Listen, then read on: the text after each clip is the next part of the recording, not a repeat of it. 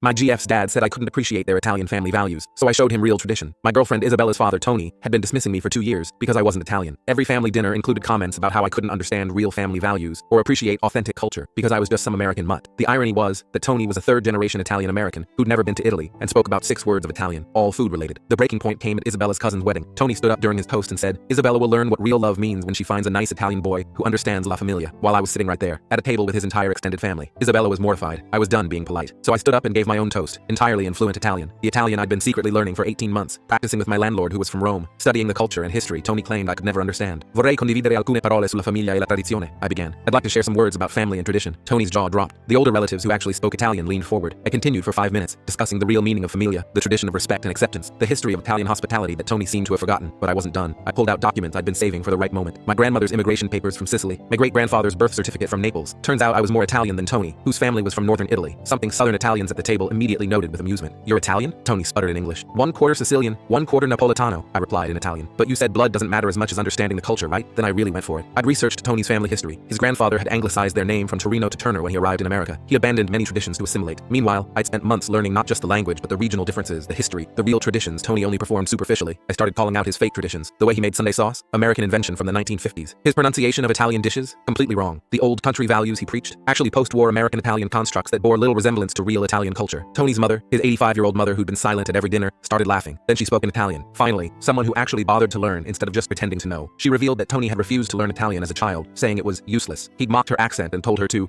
be more American. Now he was gatekeeping a culture he'd rejected until it became trendy to be proud of heritage. The relatives from Italy who were visiting for the wedding chimed in. They'd been horrified by Tony's Italian behavior for years, but were too polite to say anything. The excessive hand gestures, the loud talking, the machismo, all American stereotypes, not Italian culture. Isabella's uncle stood up. "You want to know real Italian family values? This boy learned our language to speak to our family. Tony, you've never bothered to learn despite your parents begging you." I pulled out one more surprise. I'd been corresponding with Tony's relatives in Italy, the ones he'd never bothered to contact. I'd arranged for them to send video messages for the wedding. As they played on the venue's screen, speaking about family and acceptance, several mentioned how nice it was that Isabella's boyfriend had reached out when their own American cousin never had. Tony tried to recover. "Speaking Italian doesn't make you Italian," his mother responded. "No, but respecting the culture does. You use being Italian as a weapon to exclude people. He uses it as a bridge to connect with us." The final blow came when Isabella's grandmother, who'd barely spoken in the 5 years I'd known her, stood up. In perfect English, she said, "Tony, you've embarrassed our family for years with your fake Italian act. This boy did more to honor our heritage in one speech than you have in 50 years. The room exploded in applause. Tony left the reception early, but not before his mother told him she was changing her will to include me because I was more familia than he'd ever been. Isabella and I got engaged 6 months later. Tony tried to object on cultural grounds. I responded by having the proposal blessed by the Pope's local representative, something I'd arranged through Tony's Italian relatives. At our wedding, Tony had to sit through my vows in Italian, which I'd written with his mother's help. She cried and loudly declared I was the son she'd always wanted. Tony still claims I stole his family with tricks. The truth is, I showed more respect for his heritage in 2 years than he had in a lifetime.